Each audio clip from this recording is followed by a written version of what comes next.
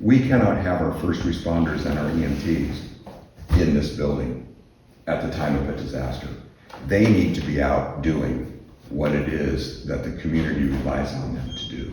What we developed during that year after 2006, before the 2007 flood, was a system that gave us an ability to react to a disaster as opposed to standing in a dark building, cold, wet, and hungry.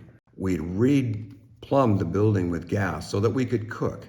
No longer were we dependent upon the PUD supplying us our necessity to live out here. So that was our mission, was to be prepared for the next event. I made a phone call from the cab of a fire engine up on PeEll-McDonald Rd, standing in water, saying, we need to put the plan in action. And that plan was put into action. Lewis County EOC, this is Boistfort Center.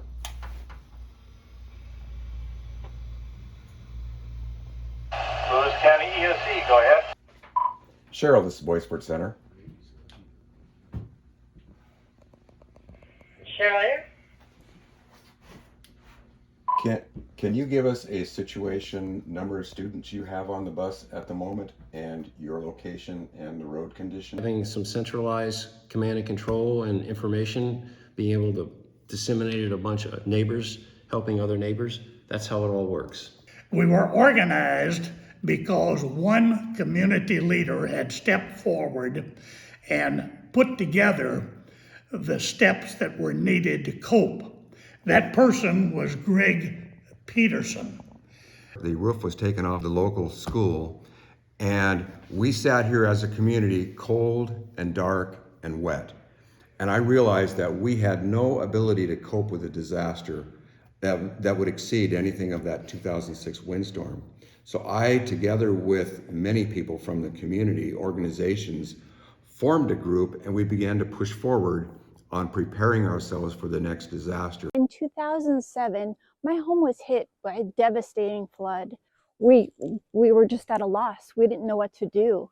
But because I'm a Boistfort Valley member, I knew that I can go down here to the Grange and be able to get information and help immediately. I would come down here every day and submit order requests for volunteers to come and help rebuild my home and to dig out the mud and to provide meals for the volunteers.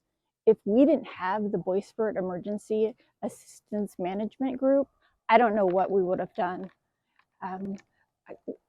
My advice to other communities is to find yourself a leader, find a good core community of people that care and that are willing to step forward and help improve lives like mine.